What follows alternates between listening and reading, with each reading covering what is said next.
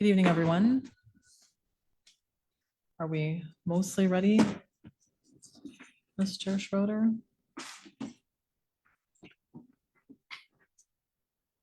Yes, Mayor, we're ready. Okay, great. Thank you. Welcome, everyone. Good evening. I'll call to order this meeting. It's our committee of the whole, in large part to talk about grant and aid.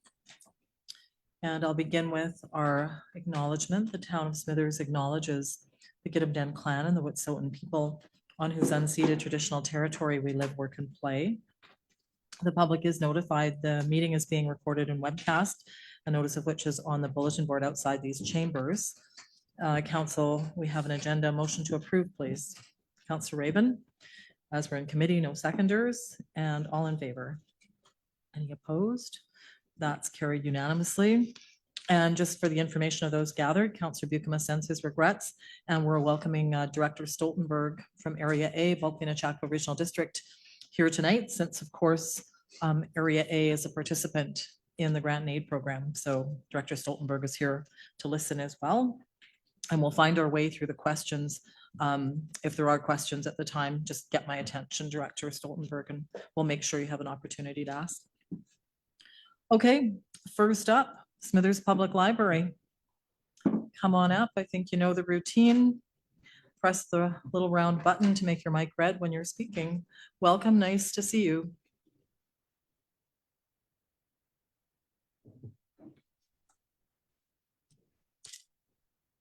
Good evening. I'll introduce myself again, although I'm sure you all know myself. I'm Christine Tessier, Chair of the Library Board, and with me is Wendy Wright, our Library Director. So I just wanted to take a few minutes to go over again 3 points that Wendy had in her letter of introduction for the budget.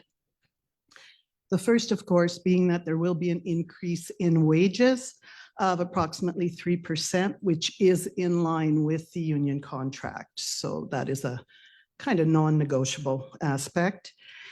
The second one is something new that we're proposing for 2025, and that is the Senior Outreach Program.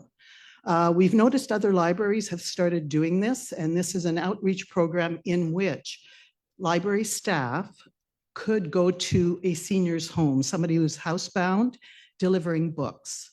We have a letter from the Meadows, which would encourage us to do so as well. They're very much on board. It's a great way to support our seniors in the community who have, of course, been very vocal about what they would like to see. This is one of the things they would love to have. And there are many seniors that would love the opportunity to be able to read a variety of books. So this is a new program that we've introduced into the budget, and we're pretty excited about that one. The last thing I just want to mention is that 2025 will be our final year to use the enhancement grant. So we've had this grant and we were allowed to use it over the 3 years. What it is being applied for is basically to ensure that there are always 2 adult staff at the library during opening hours. And this was something that the staff, partly because of the encampment situation, advocated for. And it's a matter of health and safety.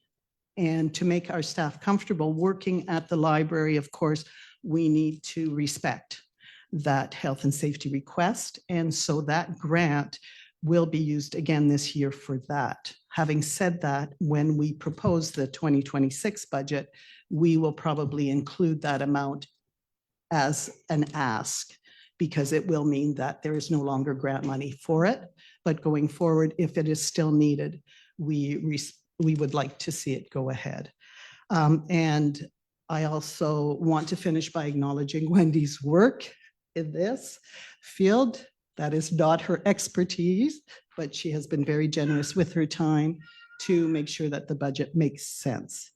And I will turn it over to Wendy at this time. Thank you. Well, thank you. And that's perhaps too kind, Christine, because as you know, I have a correction to make to the budget. And for Mayor and Council's information, I overlooked one benefit package of one staff member in the budget before you.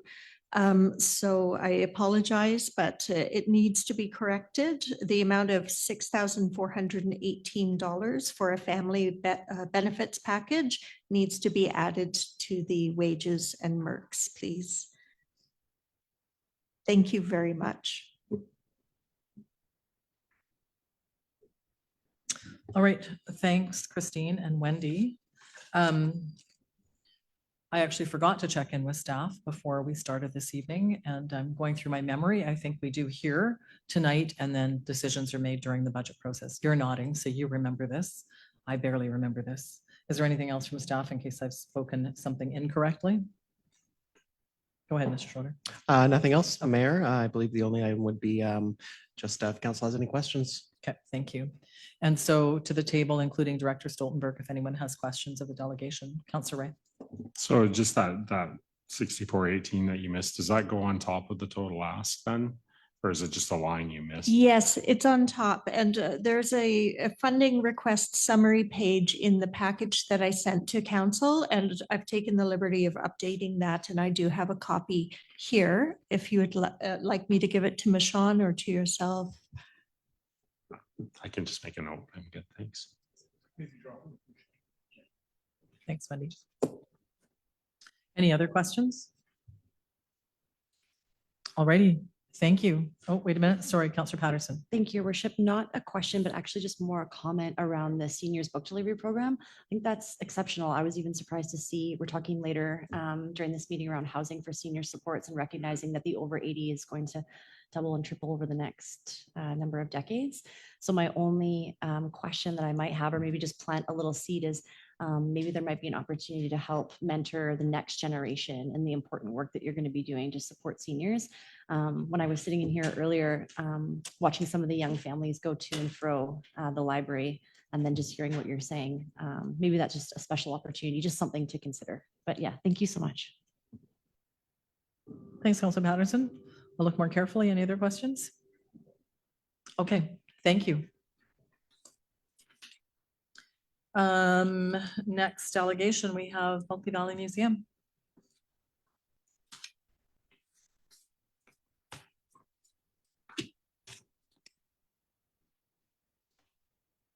And hello, Ms. Westby. Nice to see you. Thank you. Hi, everyone. Thanks for having me this evening to present our annual grant and aid request of the town and the regional district. As noted in the application package, I'm extremely pleased with the fantastic attendance levels that we had in 2023 have continued on into 2024. I was just doing some quick stats at about 20 after 4 today, and of the 4,200 visitors to our exhibits this year, 60% of those were from Smithers, Telkwa, or Woodsett, and another 8% are from the broader Highway 16 corridor. So this is showing that while tourists do remain an important visitor category, that predominantly it is local and regional community members that are visiting the museum. The museum is open to visitors just over 2,100 hours per year, so a minimum of 44 hours per week from February through December. And this is made possible by just 2 of us on staff full-time, assisted by 2 seasonal summer students hired through federal funding, and a small group of amazing volunteers who help open the museum on Saturdays.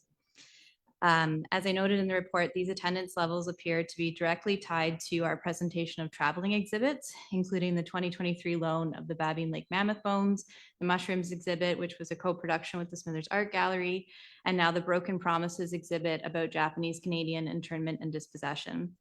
When we present these traveling exhibits, we incorporate local components so that we are still realizing our mission to present local history and culture from Smithers and the surrounding valley. Traveling exhibits present opportunities to tie our local history to broader historical trends and to feature items from our collection that may not have been displayed before. And they also have a very practical benefit of freeing up our staff time. Instead of spending a year producing one of these exhibits, we're able to just install it and put it up. And this frees up some of those staff hours for other projects like the Community Heritage Register that we're currently working on for the town. There are, however, limited options for these traveling exhibits because there's a lot of them out there, but very few of them actually physically fit into our space. We've been working with partners like the Royal BC Museum to continue to advocate for the creation of micro versions, is what they call them, of these traveling exhibits that can actually fit into spaces like ours. And if you come to see the Broken Promises exhibit, you can see exactly what we mean. It's very tight corners in there. And when I wrote my report the other week, we had 44 school classes visit the museum for an exhibit tour or program. And since then, we've had another 2 book this week and another 2 book next week. So it's very likely we'll be over 50 for the year. We have spent several years developing our educational programming, and we are seeing the fruits of this labor. The museum offers 6 different curriculum-based programs, including a program for older grades that is about the Shared Histories exhibit. We also have staff-led tours of current exhibitions that tie into the big ideas of curriculum at different grade levels. And like with the traveling exhibits, now we're victims of our own success, and the challenge is trying to fit 25 plus kids into the space with the exhibit. So thankfully, a lot of the time we're able to split classes with the art gallery and have half visit and switch over, which works very effectively. In October, our board adopted a new strategic plan. Our previous plan was focused largely on securing a safe museum quality long-term storage space for the archival and artifact collections. And this was achieved in 2021 with the completion of the storage space that is on the 2nd floor of this building. Our new strategic plan also outlines goals related to continuing to ensure the long-term preservation of our collection. As noted in my report, this year we completed our fire evacuation component of our emergency plan. So in the event of a community-wide evacuation, the museum is now prepared to remove key collection items and bring them to safety so that aspects of our community history would be preserved. Our collections online website, which was launched in the spring of 2016, has seen incredible growth and popularity over the last 8 years. The collection of digitized photographs we have available through that website, in addition to the maps and documents and oral histories and all the other things on there. But just the image collection itself is now at over 12,000 images. And this is the main source of content for the Bulkley Valley History Facebook group, which has over 5,000 members. All of the programming and services we are able to provide the community are the direct result of the stability of the town and regional district funding and the increases to that funding that is tied to CPI. As noted in my report, other funding sources, including the BC Arts Council operating assistance funding, are not necessarily as stable, or they are not tied to inflation. I noted in particular, in the case of the BC Arts Council, we're not able to request any sort of increase from them until our 2027 fiscal year. So we really appreciate the way that the funding structure has been set up by the town. And we appreciate Council and Dr. Stoltenberg's recognition on behalf of the community that you serve of the important work that the museum does in the continuation of this funding. Thank you. Thanks, Kira. Council or Director Stoltenberg, any questions? I'm just going to say thanks. It's a really succinct and crammed report. And thanks as well for acknowledging the work that you do with others. So with the gallery who's here as well, I think that is making use of shared space has certainly extended the work of both organizations. So thanks for that collaboration. Thanks. All righty. Thanks, Kira. BV Community Arts Council is up next. Welcome, Nikki and Heather.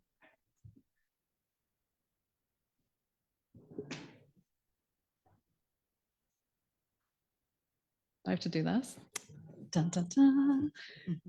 Thanks, Council and Regional District for this opportunity. I'm Nikki Skuse, and I'm the Vice President, not of the United States, nor vying for one in this intense day of electoral happenings, but of the Bulkley Valley Community Arts Council, and I have been for several years. Our mandate is to support and celebrate arts and culture in the community.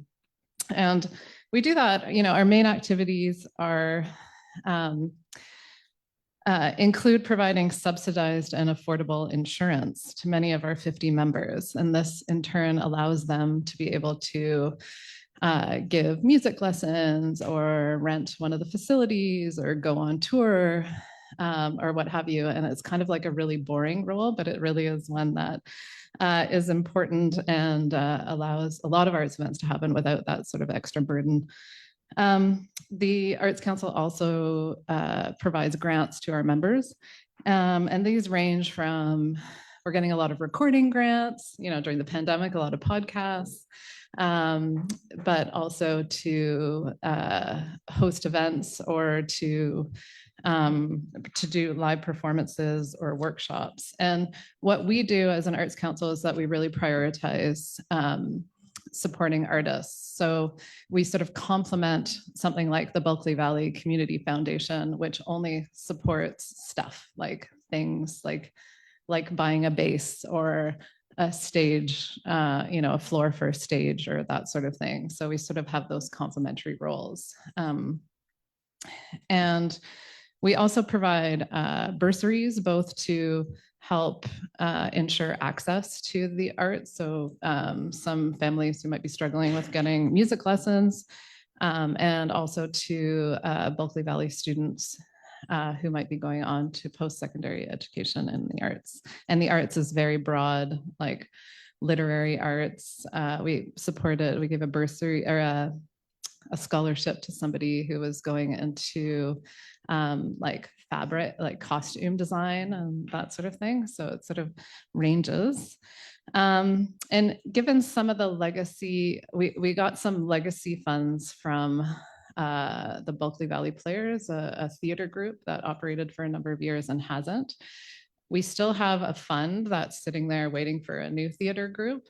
But we also had an extra pot of funding to sort of support some performing arts. And so what we decided to do was to honor the high school theater programs as some that are doing sort of the most out there. So we agreed as a board to give $1,000 a year to both the Smithers Secondary and the BV Christian School for the next 10 years. So that provides them with a bit of security.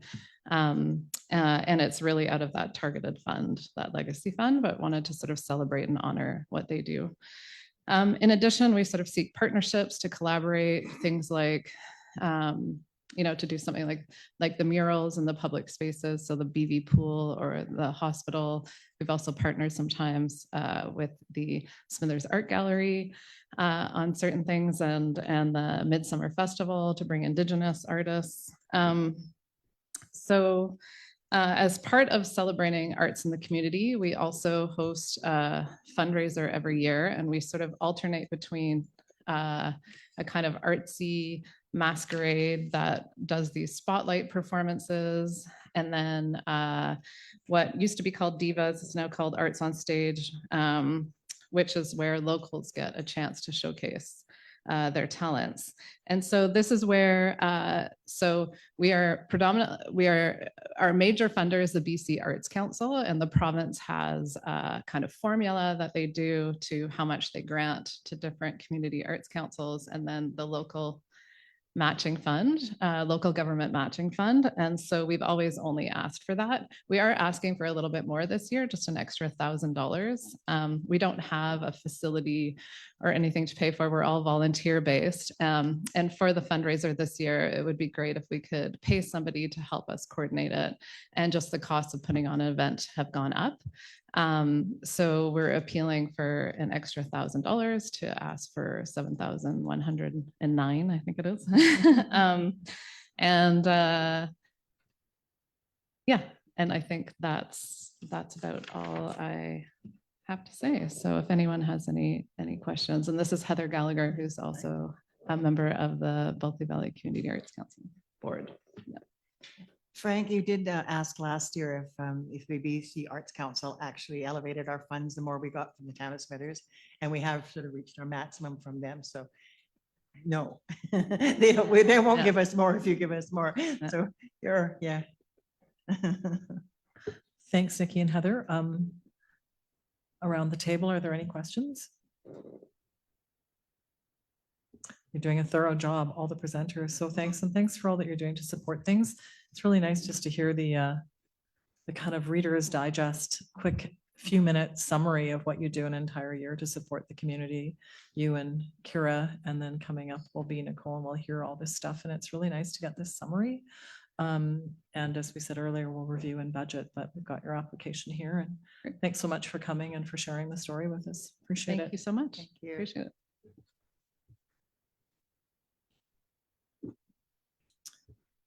Smithers Art Gallery, you're up. Come on up. We've got Nicole and Susan. Nice to see you.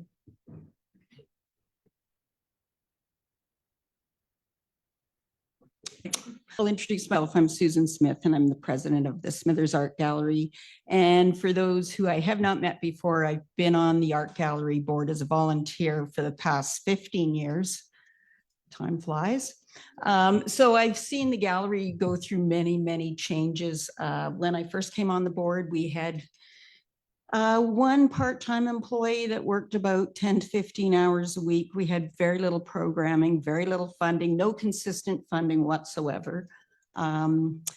So there's been a huge number of changes. And I think the main things I'd like to point out, one is the support of the town of Smithers. So initially we would apply for grant and aid every year and that amount was small and varied quite a bit. And a few years after that, well, I can't remember what year now, we started getting consistent funding from the town, which has been hugely appreciated. And from that, we were then able to start looking at having a full-time employee, increasing our programming, et cetera. Now, Nicole, who's going to primarily speak about the art gallery, has been with us for the past 6 years. Nicole's an incredible little dynamo with a huge amount of energy. And not only has she done an incredible job of reaching out to the community and forming partnerships with other organizations, but she's been very successful at bringing funding into our organization, which our long-term goal is that we have predictable, sustainable funding. And to that end, Nicole's done an amazing job. With that funding, we've been able to expand our programming and serve our community better. And one of the main ways we've really changed is the amount of programming we can offer the community. And, you know, that it hits every age group from small children right through to seniors. So I'm not going to say any more, but I'm going to let Nicole carry on from here. Hello, and I'm Nicole Chernish. I'm the manager at the Art Gallery, and thank you. I'm blushing a little bit, and it's nice to see you, Director Stoltenberg. I don't think we've met before, so it's very nice to see you here around the table as well. So I just carry on with Susan. Thank you so much for the ongoing support that we've received from council, and I do say that every year, that the provision of secure, stable funding is integral to the well-being of our organization and in turn the services that we can provide to the community. And we do know that this council and town staff recognize the importance and the value that the gallery adds to this community. Not only do you provide financial support through grant and aid and the lease of our workshop space, but arts and culture is referenced specifically in the town's OCP plan and the recently adopted Parks and Rec plan.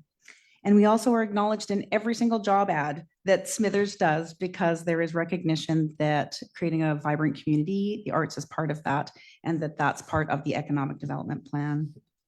So we remain dedicated to providing access to the visual arts in our community. This year we were open for, I saw everyone's putting in the number of hours. So even with being closed for 6 weeks, we are closed in January and for a couple of weeks in December. We were open for 1,673 hours in 2024. We attended 7 special events in the community. And we have done a massive number of drop-ins during the summer, as well as our ongoing education programming. We have increased our attendance for exhibitions, and as Kira was referencing, our education participation by school groups has increased again. I think it's 26% is what I referenced in the annual report, but you can take a peek at that later. That's been increasing every year. We started this year with exhibitions, with our community exhibition, which we alternate between a youth show and a community show every year.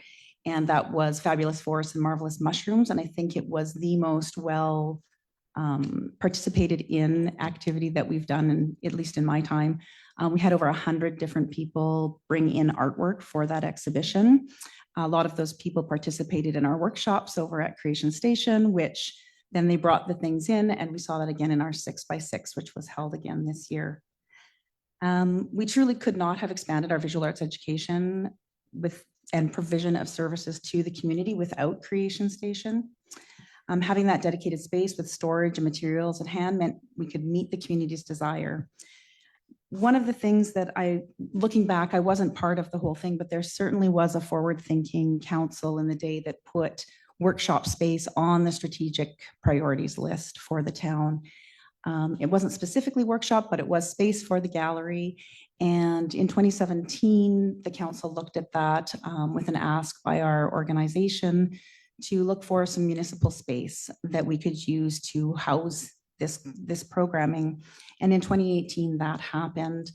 In 2017, we had kids programming, 2 summer camps a year and nothing else, no after-school programming, nothing else, because we had physically no space to do it.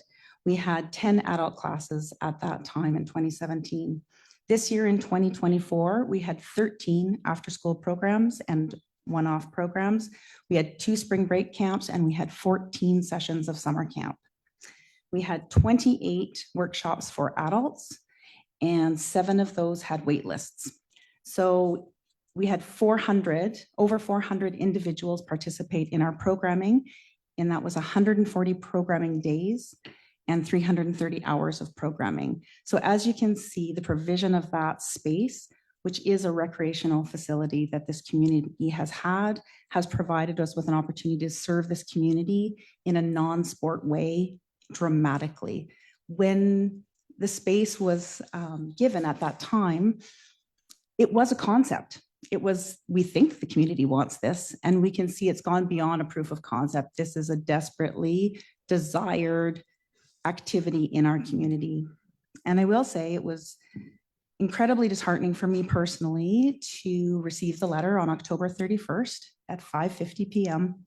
that said we will no longer have that space as of the end of August. It is a space that provides low barrier access to recreation.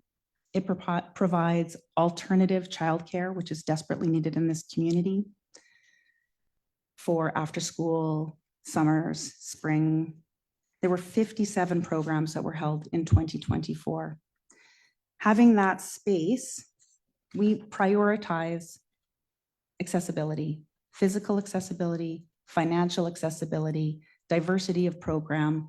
We keep the costs low. Our fees that we charge for education programming, it covers instructor fees, it covers utilities, it covers 20% of our staffing. We have a full-time staff person that does programming.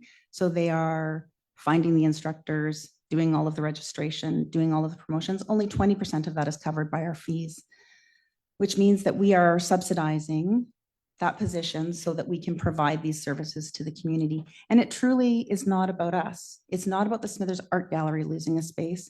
It's the fact that there is now a de facto recreation facility, the only non-sport indoor recreation facility that I can think of that has now been removed from the community. In the town's own OCP plan, in section 9.4.3, it says the town will support culture. This is a policy. The town will support cultural service organizations and community initiatives to provide opportunities for participation in arts and culture. In section 13 around community service facilities, it says they'll support civic facilities and gathering places that meet the cultural, spiritual, and social needs of the community and contributes to a vibrant, thriving downtown.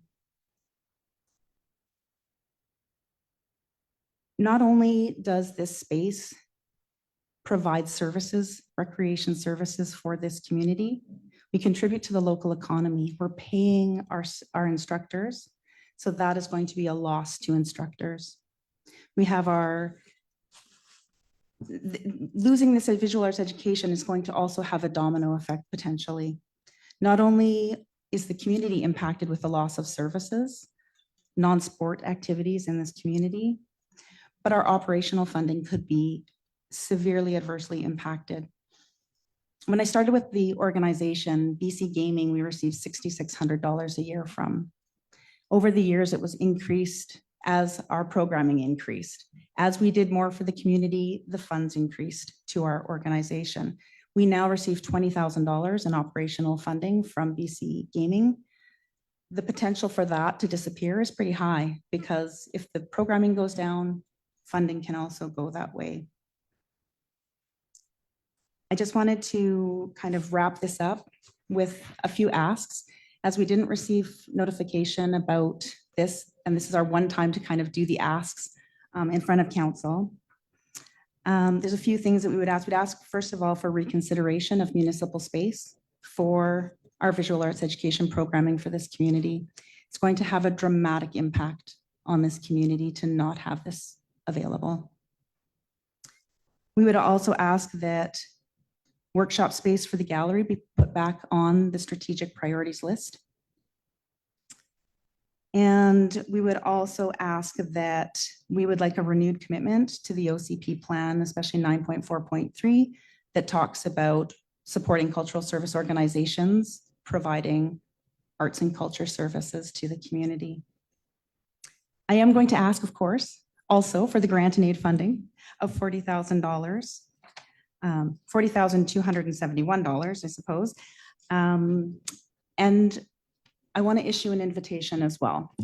Please come down to the gallery, see what we do in person. We have the most amazing exhibit in the space right now with 2 smithereens, Mark Tworo, Tenley Daily. Amazing, fantastic, colorful. Come down, take a peek at that. Winter Gold is coming up next weekend. One of a Kind comes up the week after that. And then into the new year, we will have all of our ongoing exhibitions. And my door is always open. And I would love to have additional conversations around municipal space if that's possible. And I invite any questions anybody has. Thanks, Susan. Thanks, Nicole. Just a couple of things I'm going to say before I invite questions, is I just wanted to acknowledge that you're talking about the Town of Smithers funding, but it is tethered with the regional district funding. Absolutely. They come together. Yes. So Yeah. I think people, because they're looking this, we tend to talk about the Town of Smithers, but RD funding is tied to what we do. So that's why Director Stoltenberg is here, just to make sure everything makes sense from the RD perspective. So just for Yes. clarity. Okay, and then the specific asks, Nicole, I'm not sure if they're in the report. I was sort of scanning, or if they're supplementary because you just received the letter. And if they are supplementary, can you provide them? Your specific asks. Sure. Yes. Yeah, I can do that. I'll send that first thing tomorrow if that's all Okay, right. Yep. perfect. And then to the table, if there's questions for either Susan or Nicole. Councilor Raymond. So you'd referenced the bursary program that the art gallery provides. Would you be able to explain that a little bit more for me, please? Absolutely. So for all of our paid programming, which is our education programs, we received funding from a donor quite a number of years ago, and the board decided that that would become bursary funding to provide access to anyone who would like to participate in our education programming. So this is not a program someone needs to apply for.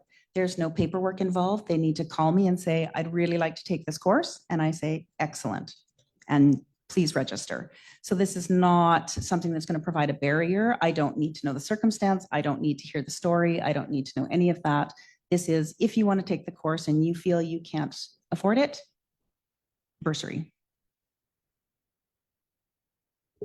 All right. Anyone else? Questions or comments?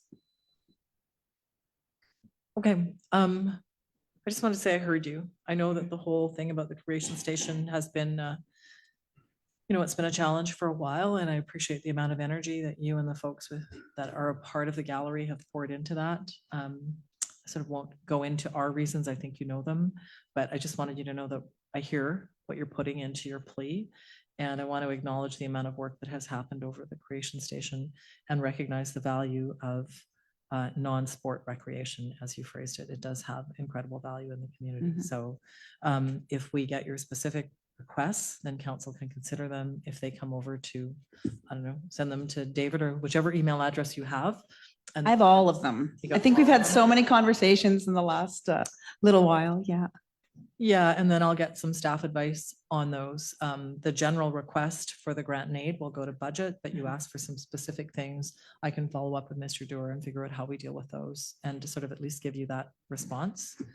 And, I guess similarly, just thank you for the amount of energy that you put into the art community and supporting young and old to participate. It's not unnoticed. So Mhm. thank you for that. Yeah, and I guess if I can just say one thing, that what we do well is provide a service to this community for visual arts education, for recreation opportunities. That's what we do really, really well. We're not as good at the amount of time and energy that has to go into finding a location, securing funding for a location, all the rest of that. Our 6x6 this year, you'll see in the report, made $11,000. It's already allocated for over 2 years, but even if it wasn't, that's not even remotely what commercial rent is. For us to continue to operate a service like this requires a tremendous amount of energy, a tremendous amount of money, a tremendous amount of all of the things that aren't necessarily the things that we're best at. And so we do recognize that there are challenges for space everywhere. But we would like to provide the service much as minor hockey, figure skating, the soccer association. All of those are facilities that are provided by the town, the arenas, the soccer, the baseball diamonds, the recreation space, and also with the, of course, with the RBDN, RDBN. Yes. All of these facilities are provided so that the service organizations can do the things they're good at. They can do the provision of services to the community. That's what we excel at. And having the municipality provide the space allows us to do what we're good at. So we all want to shine.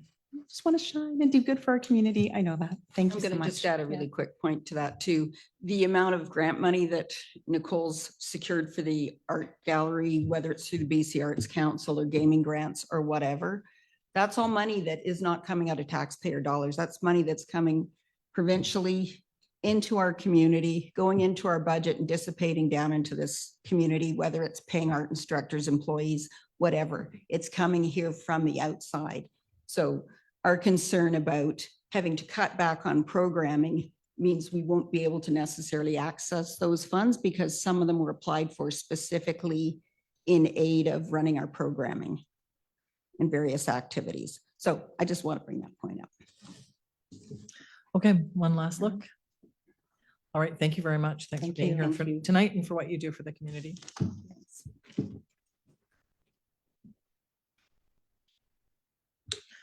Okay, next up, we have RCMP Auxiliary.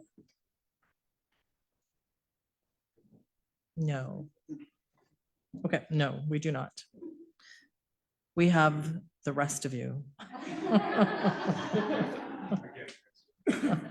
Okay, victim services. Do you want to come up, Mark? Just grab another chair, bring it up. You just have to scrap over the microphones. This is my team. Right. We come as a package. All right. Well, you know, Jocelyn, when you want the mics, you're gonna have to bring them both in, but there we go. We'll just turn it over to you. Welcome. Okay. I first of all like to thank Council and Regional District for having us tonight. I am Shannon Williams and I am the RCMP Victim Services Coordinator. And I'll let you guys introduce yourselves.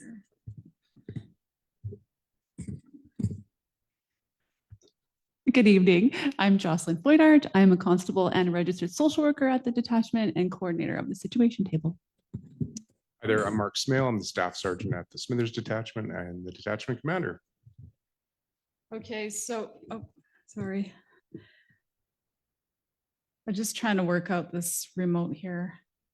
Okay, and I believe the land acknowledgement was done already. I thank you guys for that.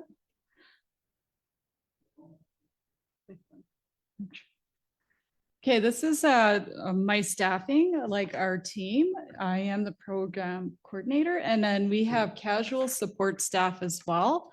We have Becca Nider, who's on call like as needed, and then Annie Junkin, who's been a long time casual support staff. And I like to think of us as eagles because eagles like to ride into the storm. We go right for where the trauma is, and it's a rarity, right? So I think about other birds flying away from like the storm, and then the eagles go right into it. And then they kind of use the wind as an advantage. And also they get a better perspective of their surroundings. Just thought I'd throw that in. And the regions we serve is Smithers, Telqua, and Fort Babine. And honestly, it's been a real privilege to serve the communities. I love this area and I'm from this area. I'm Wet'suwet'en and Métis, so I just carry a lot of pride in my job. And also I'm a protective person. I like to see the best for others. So yeah, we do a lot with each region. And there are challenges with it and also many blessings. Like with Smithers, it's very, it's located right here. And also there's more resources available. And with that, there's like more supports.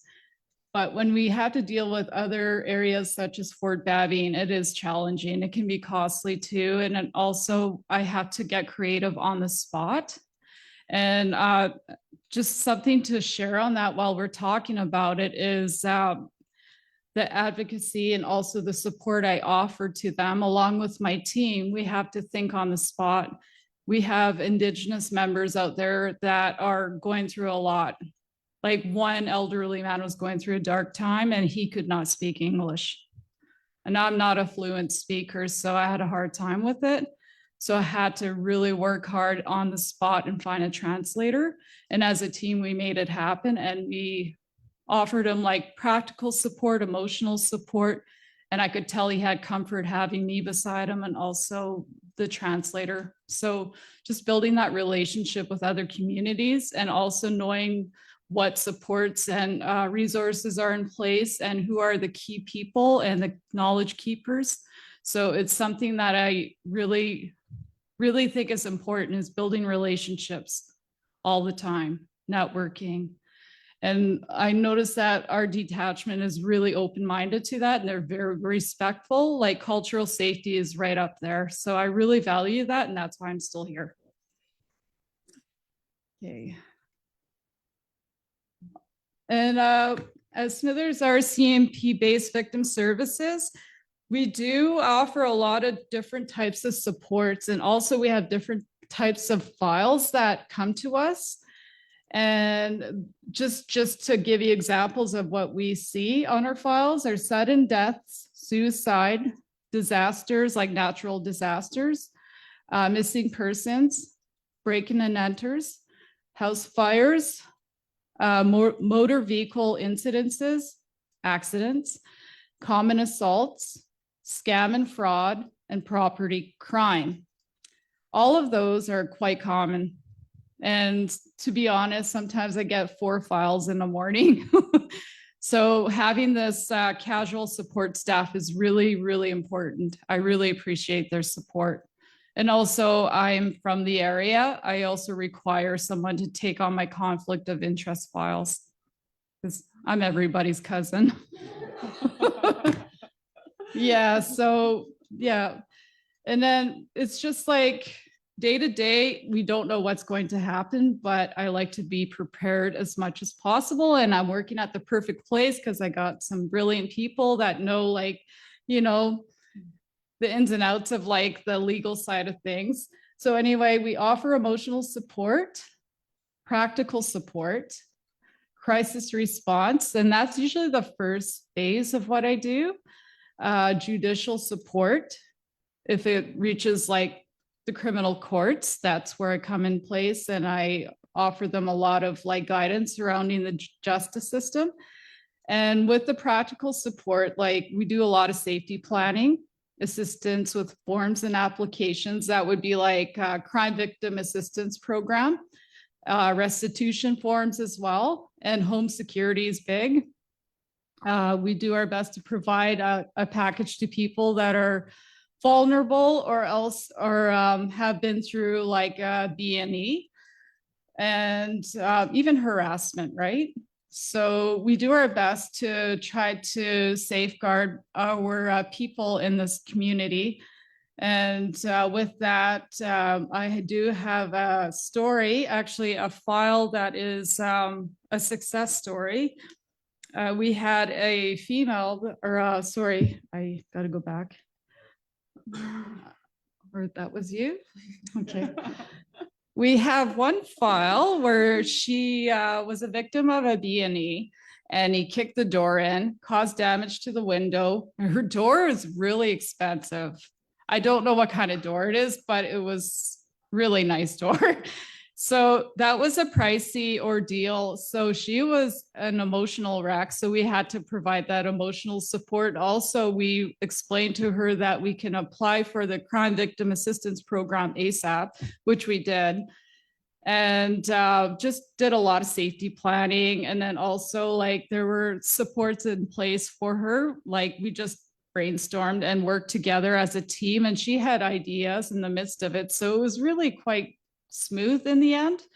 And good news, she was approved, got a nice new door, and her window was repaired.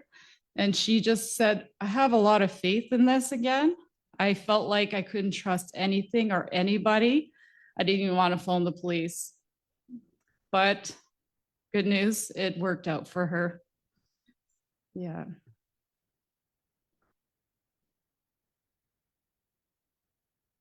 Sorry, guys, I'm clicking this too fast. Or is that you? I want to go back to program objectives. Yeah. So this is like the foundation of why we do what we do.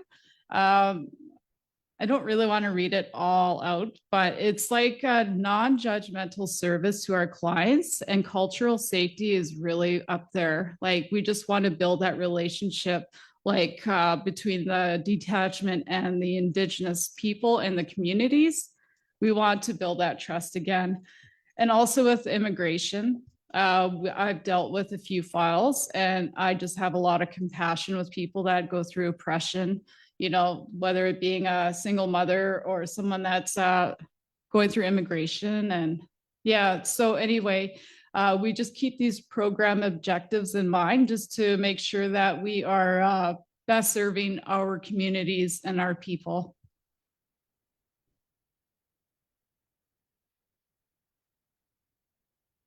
Okay, there. Take it away. I'll do these next two slides. So just in a nutshell, the legislation for victim services is fairly simple. The Victims of Crime Act really outlines the rights and protections of victims and really ensures that they're treated with dignity and respect, and provides them with information about the justice processes.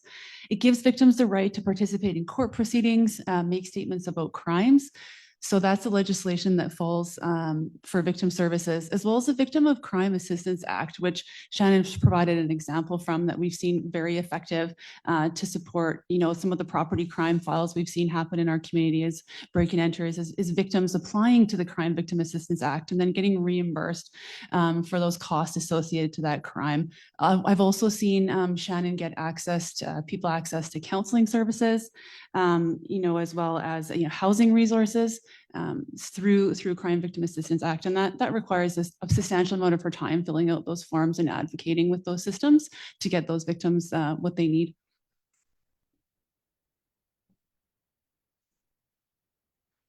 I'm going to do this slide too. And part of the reason I wanted to come tonight was also just to kind of say Shannon's value it can't even be quantified or really just described. She brings an immeasurable amount of both lived experience as well as professional experience to our detachment.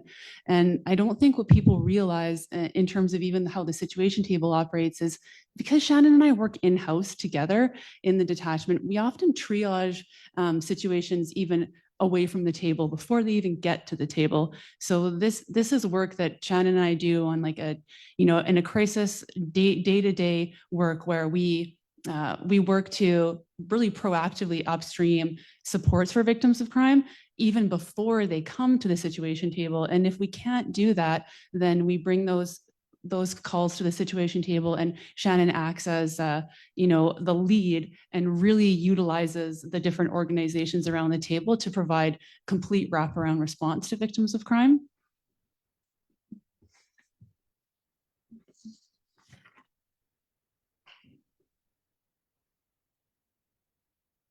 Okay. So training is something that we do as much as we can just to keep up to par with all the challenges that we face.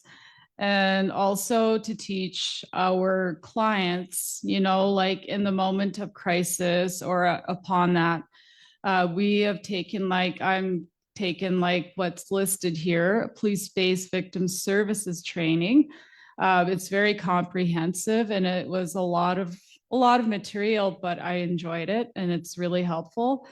And then also I've been to the service symposium training with Annie and it was really neat. A lawyer that's trauma informed taught us how to work with the justice system and clients that are going through the system. It's really effective. So I use that a lot. And also the anti-oppressive de-escalation skills. I use that all the time. So it's just really helpful. Grief and resilience training, very helpful because I deal with a lot of people that are in great grief. Also IFOT, Indigenous Focusing Oriented Complex Therapy. I'm not sure if you guys heard of it, but it's quite popular around here. It's very effective. A lot of non-Indigenous and Indigenous people, service providers have taken it and it's very helpful in allowing people to give space to their trauma and also have the grounding tools with it. It's hard to explain in a nutshell, but you give space, you give trauma space from you and you use it as medicine. It's really neat. Yeah, so understanding mental illness. I work with a lot of clients that are hand in hand, have mental health issues and addictions and also violence. So I try to get trained up as much as I can to best serve my clients. Okay, so here are the stats. It's very simplified because we have an average, our number of referrals are at 254. And it is a lot, but some of them are just ongoing. Some of the criminal cases, they lag, right? They take a year before they go to trial type of thing, but we're still pretty busy. And the common types of referrals, as you can see, is mental health, addiction, sudden death, scams and fraud, suicide, fatal vehicle accidents. I try to be prepared for that, especially at this time of the year, and missing persons. Referral sources, the most common ones, police, Crown, and self-referral. Self-referral is quite neat to hear that because they're really getting familiar with our program and supports. And sadly, women are right up there with the files.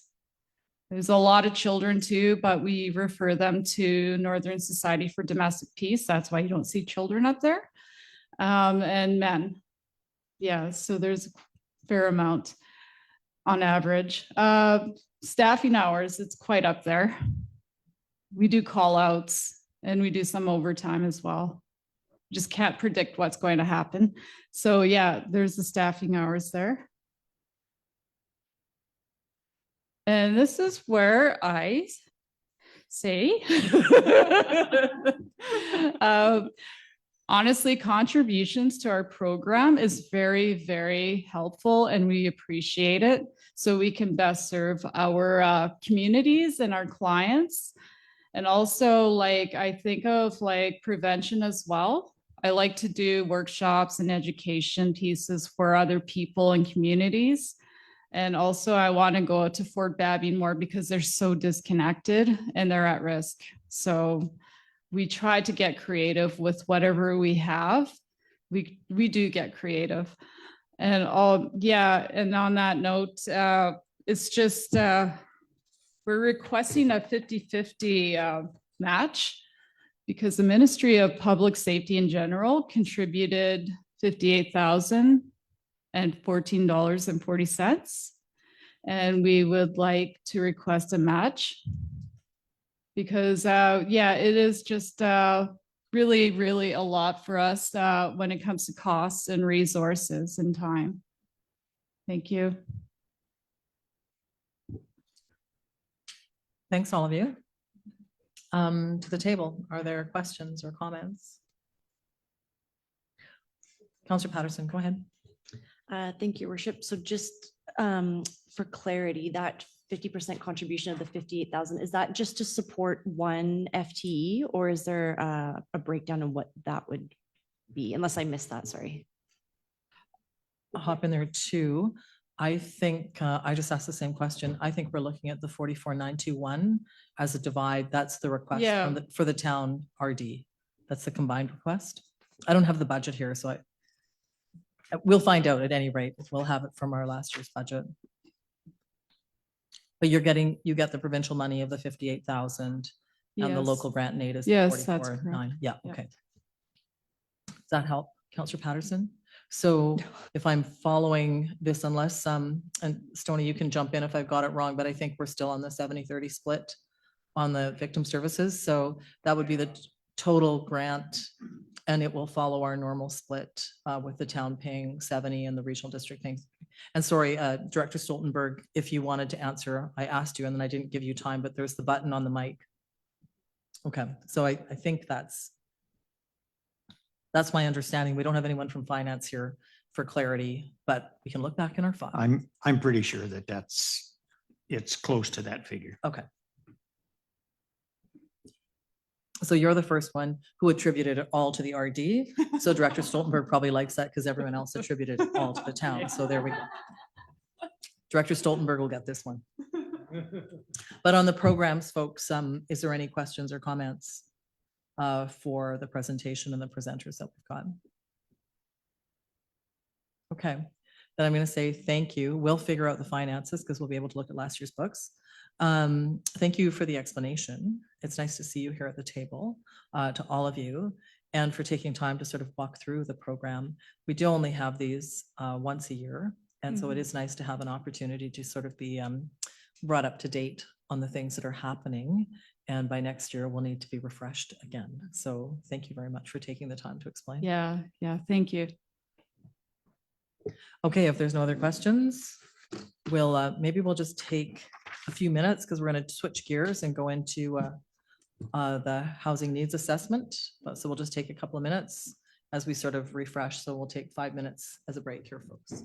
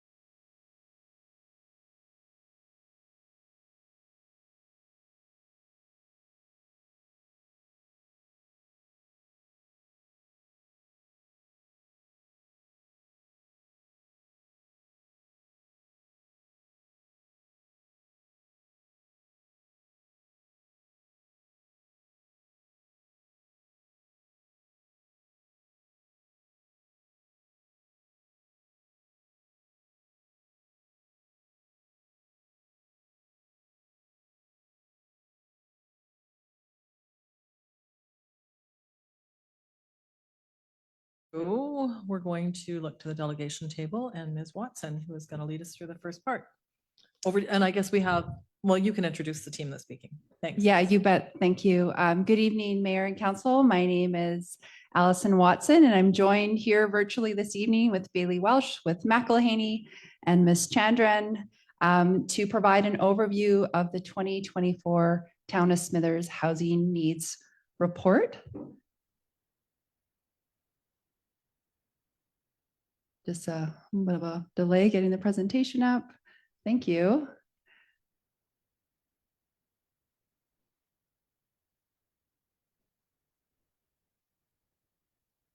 I need to raise my hand up and do this.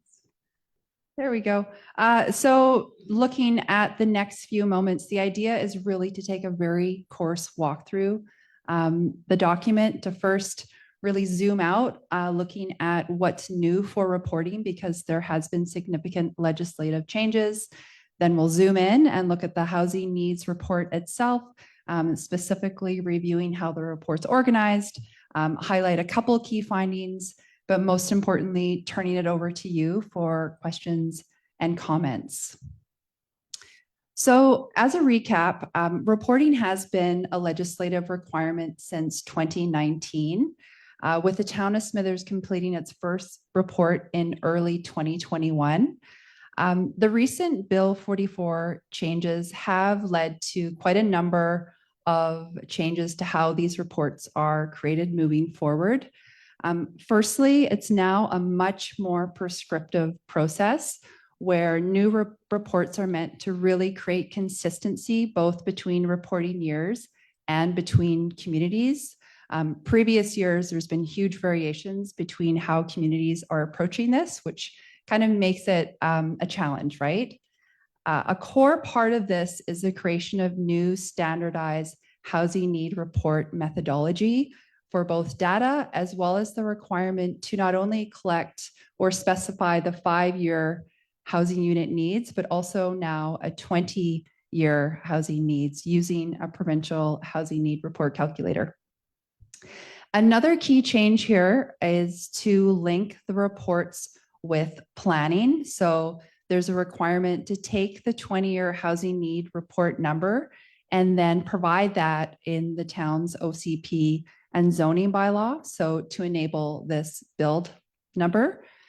And this is really a movement towards pre-zoning land in communities and moving away from the site-specific zoning. Collectively, these changes are really nested in the broader provincial goal to speed up housing development by essentially creating the conditions to get homes built faster. So looking at the report itself, there is a summary report, which is a 10-page document that closely aligns with the legislative requirements. Even though it's 10 pages, it does land as a bit of a brick, as I'm sure you were flipping through, kind of hit right away with a lot of numbers, a lot of data, a lot of sources, some new terminology. So it feels quite heavy. Supporting the summary document is companion information, including the data tables, the analysis work, and a short summary of the community engagement that was completed in October.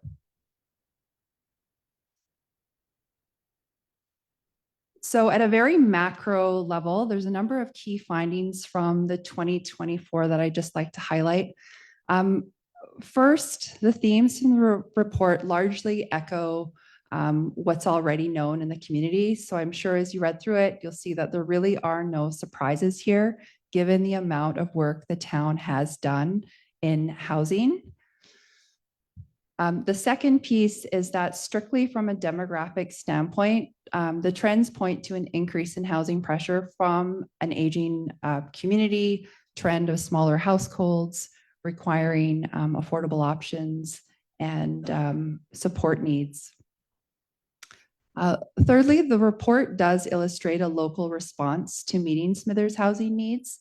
From the last housing report to now, there's been about 13 local actions the town has taken within the local government framework to move the needle on housing needs.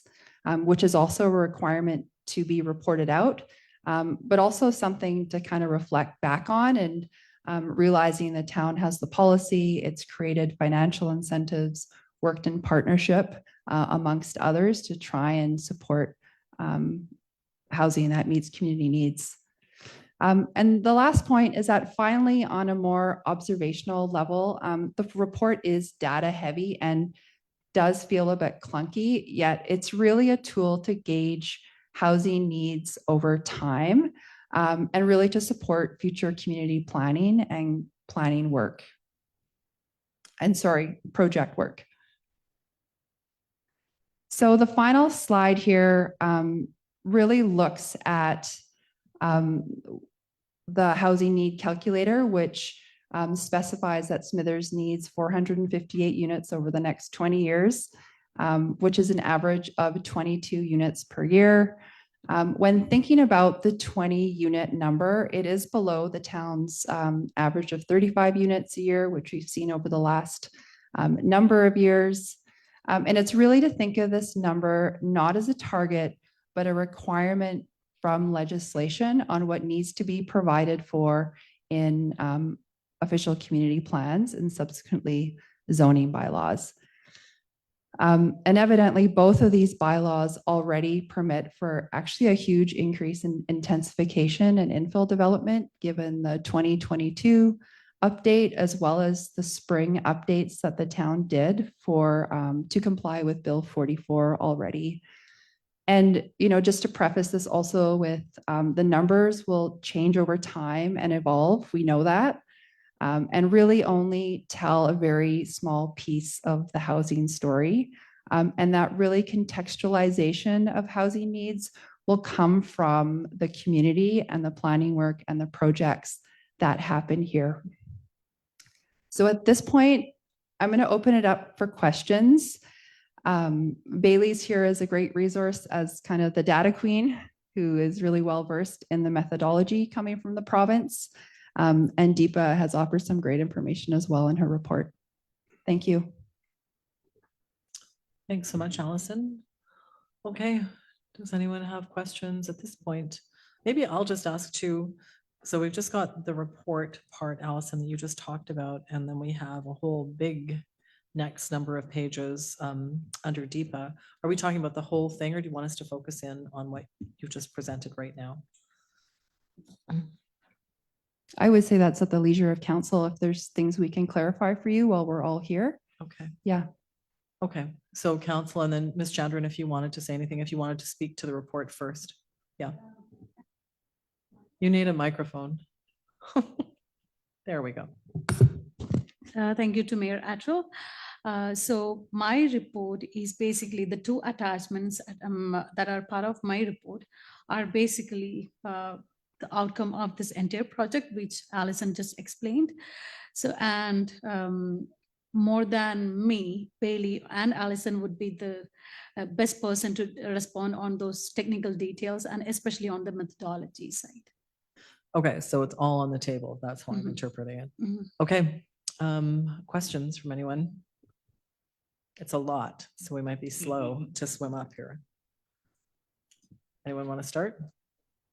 Councillor Patterson. Thank you, Matchell. I'm trying to create more space because I have a tendency to talk a lot. So I'll go first since nobody else put their hand up. I waited enough. Just a quick question for you around the methodology. I've just come from the provincial community safety and wellbeing conference where I've just completely had my mind blown as far as my understanding of urban planning. Lots of conversation around housing. Her worship was there as well. And so I had to look up, I feel like I'm confessing, what the definition of a housing needs assessment really includes. So I went to the federal government's website, for better or for worse.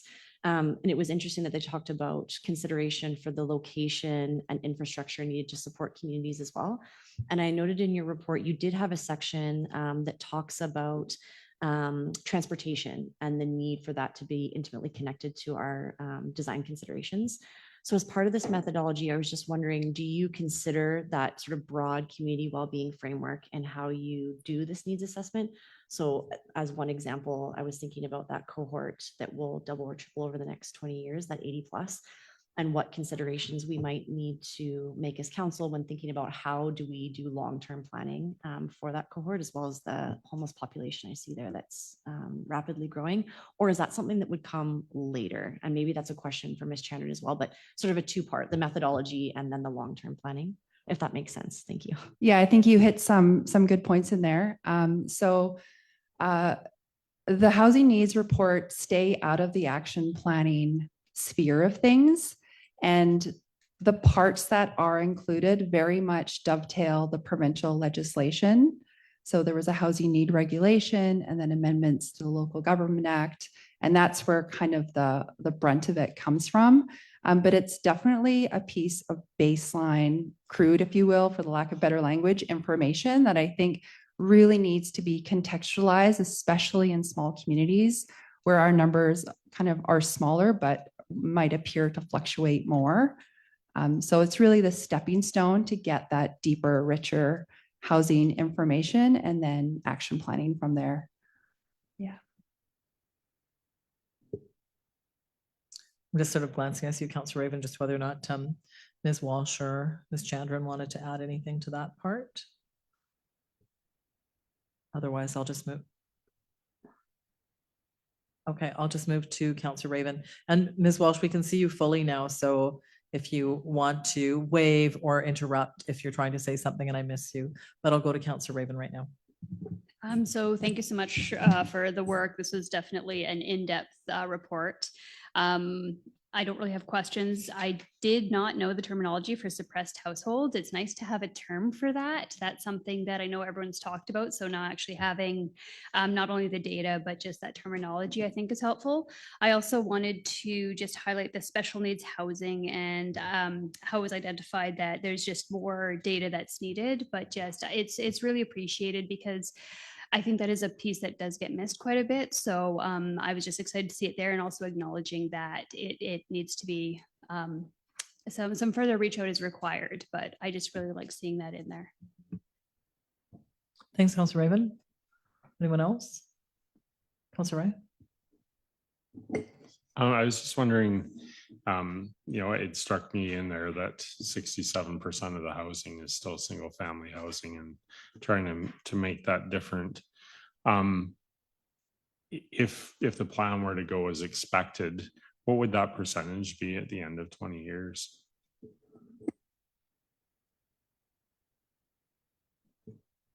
Bailey, did you want to respond to this one? Happy to. Yeah, go ahead, Bailey. Oh, thank you very much. It's a really really great question, and I think, and Allison can maybe work further on this as well. I think this is kind of a new thing that we're doing by attempting to really get into the weeds in planning out housing so far in advance. And the challenge with that is that inevitably we're going to be wrong about some things when we're predicting that far into the future with exactly what we think is going to happen with populations and age cohorts, and even with the desirability of certain types of housing in the community. And so I think it's really hard to answer exactly what that number should look like. I think that's one of the benefits of part of this new legislation requires that these housing needs reports are updated every 5 years. And the beauty of that is that we can track along the way to say, we've increased our housing supply now, say we've improved and we're, 10% more multifamily units or 10% more accessible units. And we can see what that does for the housing stock in the community as we move towards those kind of 20-year goals. So I think really the answer to that is that we're going to work towards improving that ratio and having it be a little bit more cognizant of what households we have in the community. And then as we move along, we can kind of gauge our progress and see, how well that's serving the community and see what that percentage should be. And I think the intent of having that 5-year target is really to be able to track things along the way, but that the longer term number of 20 years is also there to give us a little bit of a goal point. And then we can kind of use those numbers in conjunction with one another. So I'm not sure that's quite the answer you were looking for, but I think for now, there is such a gap that really just focusing on what we can do, which is very limited in a planning capacity, focus on those policies and track our progress along the way. Yeah, just because I have to leave, I'm going to throw a little opinion in there. I apologize, but I'm just a little concerned if we're planning out 20 years. That's the tail end of the bubble of seniors that's going to happen from the baby boom. And I'm concerned that once that bubble is through, what's going to be needed is single family housing where a couple moves into a larger house and then raises a family in the larger house. And if we convert too much of our housing stock in 30 years, we're not going to have enough single family housing. And especially if we're not building a lot of new single family housing because it's going to age, it's not going to be in very good shape. So that's just a concern that I have. It doesn't mean, you know, in 20 years, I won't be quite in the 80 cohort, but I'll be getting there. And I'm just, you know, I'm thinking not of myself, but I'm thinking of the people that come after me because we were a little late in recognizing the need for seniors housing. But I'm worried that by the time we actually plan and change the community, we won't need it as much anymore. So. Thanks, Councillor Ray. I wonder, just following on that, and sort of raise hands as you will, but if there's thoughts or examples on how housing can be converted. So if one was to build, you know, what we might think of as senior housing now, is there examples from other places where what would be seniors housing now might be, you know, I don't know, like single person housing in the future, or youth housing, or housing that would support education? Like, how convertible are small homes that could be used for, I guess I'm imagining that if it's spread through the community rather than a seniors village, that might be more convertible. So anyway, if there's comments on that. Yeah, there certainly are examples of adaptive reuse of buildings. What we've heard, especially from the community engagement, is it really comes down to the market and the costs of doing that at the end of the day. But hypothetically, going forward 10, 20, 30 years, we don't know what the housing forms are going to be and what the market conditions are going to lead to. No crystal ball. That's what we want, crystal ball. And a little insight into how we're going to pay for things. That's what we want. Is that too much to ask for? Okay, Councillor Raven. Sorry, just now that we're talking about the 80+ cohort, I'm just wondering, in the calculator, did it take into account, because we do have a new long-term care facility that was announced that would have multiple beds. So I'm wondering if the long-term care facility is kind of factor into this at all or not? Bailey, did you want to speak to long-term beds being integrated? That's a great question. And I don't have the data on specific facilities, whether those will be categorized as residential or as a different type of long-term care. All of the calculations that are used for this methodology come from Canada Census data. So that would just depend on those facilities and how they are classified. So I don't, unfortunately, at this time have specific information on certain facilities, simply just going from the data that's used by Census Canada. And that is a very specific form that is required by the methodology. So I apologize for not having information on specific facilities. Okay, thanks for that. I guess I'm just going to kind of go back to the beginning where the thing that seemed positive for out of the housing needs report was, you know, what's needed and what we currently build. I realize it might not be exactly the right type of stock for this moment in time. And there was some recognition of the work that council has done over really the last couple of councils to address some of the challenges that we're finding with a limited community. I mean, it's a small community with a limited land base. So I think council, since my time on council, and that's not actually a compliment to me, that's to the entire group that has been on council, has been looking for ways to accommodate multifamily, small homes, innovative approaches. So it feels like that's been good. And now the challenge is going to be, how do we continue to do that with even, you know, really a more restricted access to land and potential development. So in order to meet those needs going forward for the families that Councillor Ray was talking about, seniors, student housing, I mean, we're pressing for student housing as well, to sort of stay on course and to remain open to innovative ideas that come from developers or individuals, so that if there is something that might shine, that we hear it well and provide those opportunities. So in some ways, it feels like the people at the table have been ready and willing when something comes along. And perhaps, you know, in future developments, something that I don't think we have done would be to tether, you know, I mean, I can't fathom another big subdivision in community, but tethering the subdivision to the requirement for seniors housing or some small homes or something to say, in exchange for this, this is what we need, that we hear about in other communities, so that we actually make the request at the outset. Anyway, that's not really a question, but sort of acknowledging that I think some good work has been done, and that we're going to have to be curious about how to improve all future developments. Oh, and I did have one question, which was really on incentives. We've done some incentivizing, and there was a comment in here that I probably can't find now about some incentives for residential development. And I can't actually remember what that was. I don't know if you remember where it is in the report, any of you. Thank you to Mayor Attrell. So the report, Housing Needs Report, the main 10-page document, it has a separate section on what were the policy changes that were adopted ever since the last Housing Needs Report was adopted.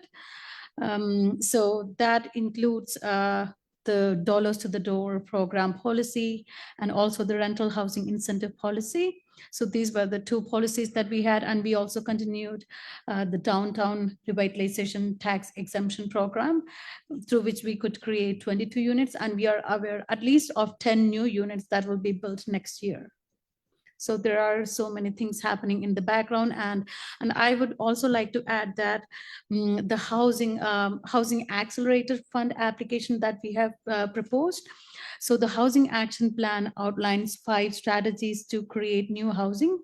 So each of those action items identified under those the key initiatives will eventually help the town to achieve or even exceed the projected housing need. Thanks. Can you just say, I just can't remember what this is, but it was the rental housing incentive program. I don't remember what that is. What is that program? So this policy was adopted as part of, this is something that the town had proposed as part of our housing needs update project. So we had, if you remember, we had 2 grants, one from UBCM and one from NDIT. So this was a part of our overall proposal to the grant, the funder. So in May 2021, like I think, yeah, 2021 May, the town council had adopted a policy that outlines monetary as well as regulatory incentives for creating new rental units in Smithers in specific areas.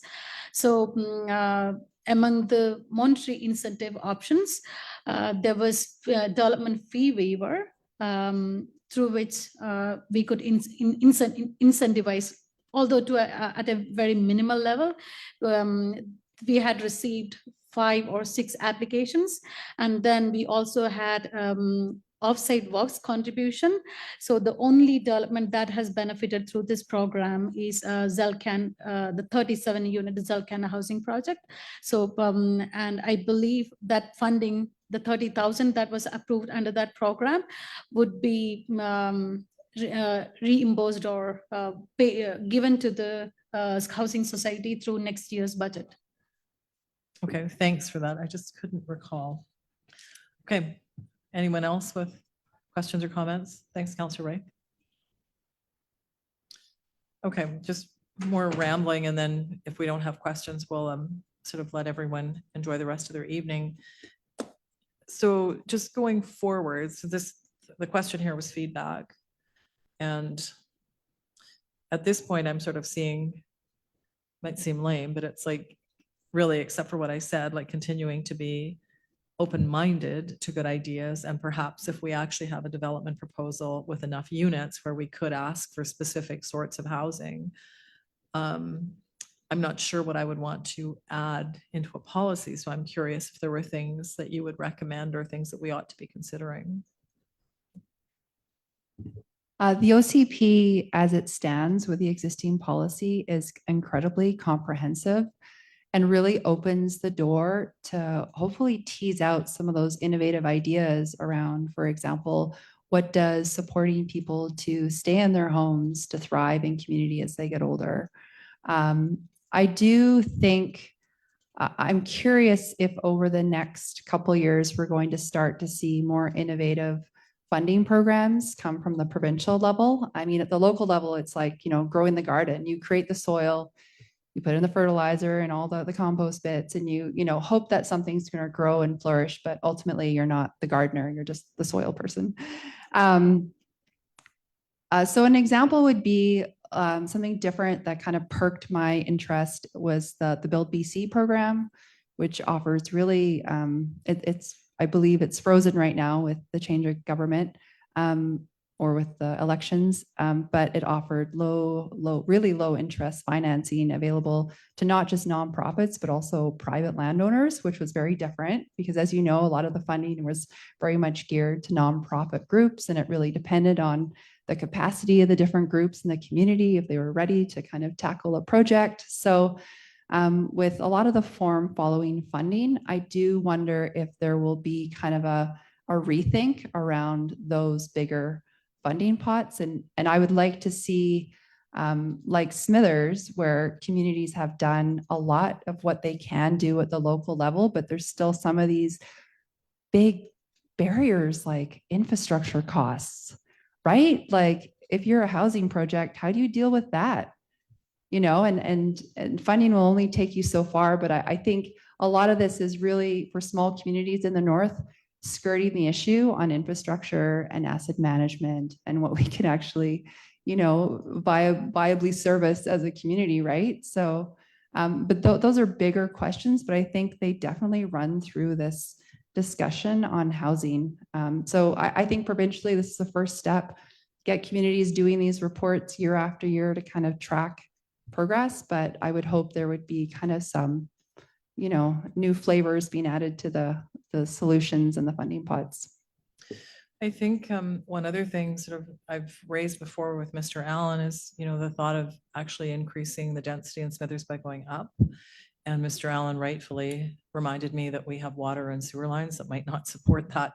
So my thought right now is perhaps with our planning department, identifying a portion of the town that where it might make sense to upgrade, to actually say, this might be an area of town where we could upgrade, the outflow, the sewer, upgrade the pipes, so that we could say maybe this part of town could increase density and we would support it with the infrastructure versus scattershot across town, which would require, and I don't know if that works, but I don't know how we will get to the point where we could say, for example, I'm just using it as an example that a few years ago, we took this part of town, the pool side of Main Street and made a whole bunch of it R2. We just did that blanket rezone. So, we could say we're going to blanket rezone a portion of town for, we could upzone it to something, but we can't upzone it if we don't have the infrastructure to support it. So it's sort of, casting the thought to your department to see, do we have a part of town where we might be able to do that, or where we could upgrade the infrastructure over time to support that? Because, we're small, we're bound. So how else are we going to deal with an increase in population over time? And, I saw the number in here somewhere, what the predicted population growth. So I think it said modest growth over 20 years that is actually less than we are now, which was actually very disturbing. But so, there's something, hopefully we're going to not shrink and have whatever modest growth means over time. So how do we accommodate that? I don't expect an answer, but that might be one thing that we could investigate over time. Can we build out the infrastructure to allow an increased density in a specific part of town that would enable those single family homes to be in a different part of town? I know we've got provincial legislation that says certain things can happen everywhere, but we could be ahead of the game by identifying a part of town where we could have more. Anyway, I'll stop there. Anyone else? Okay. So I'm not sure, that was a ton of feedback, but if there's something that you really hoped we'd comment on, feel free to prod like now while we're sitting here, because it was a lot of information and something might have faded out of people's brains as well. So I don't know if there was an area you were really hoping we would give you some feedback on, but here's your moment.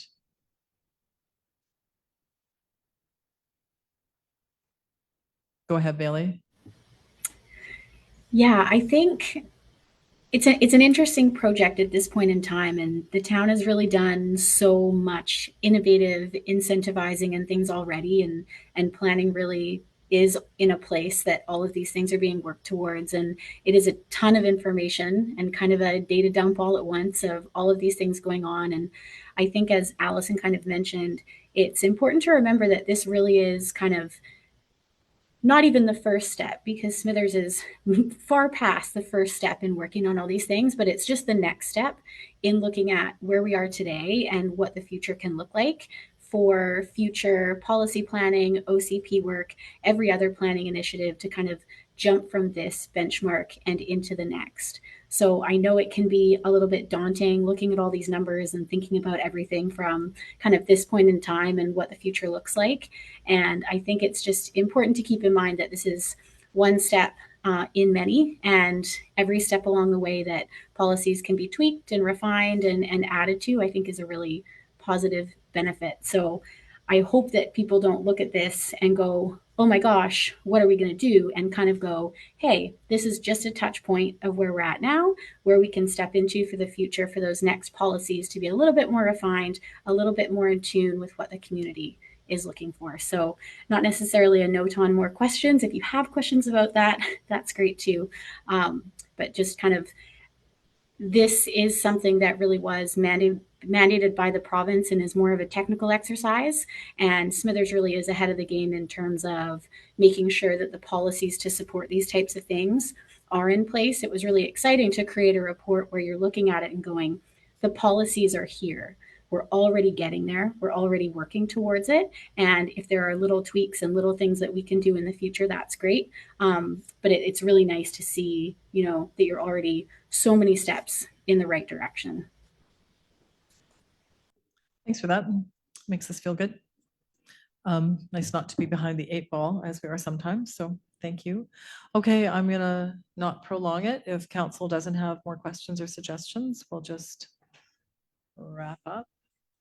Okay, I'm just gonna say thank you. And I see that it was for provision of feedback. I double checked the recommendation, so I don't feel like I've missed anything that you're looking for. This is your moment if I have. Okay, then I'm going to thank you very much for your work, acknowledging that's a lot of work. And I also, particularly for Ms. Chandran, Mr. Allen's department, recognizing that you've been driven by an outside force for a long time. And I think sometimes I forget that you got a day-to-day operation here, and the amount of work that landed on you. I think about a year ago when we heard what was coming, and when I look at the timelines and they've all been met, it's an extraordinary amount of work. So thank you all. And to the folks who have joined us, Allison, Bailey, thank you. It is a lot, and I hope you can go home and enjoy the rest of your evening at least and relax for a couple of hours. So the work is much appreciated. Thank you. Okay, council, I think unless I've forgotten something, we can have a motion to adjourn. Councilor Raven moves. All in favor? Any opposed? We are adjourned. Thank you. Thank Ms. Madol.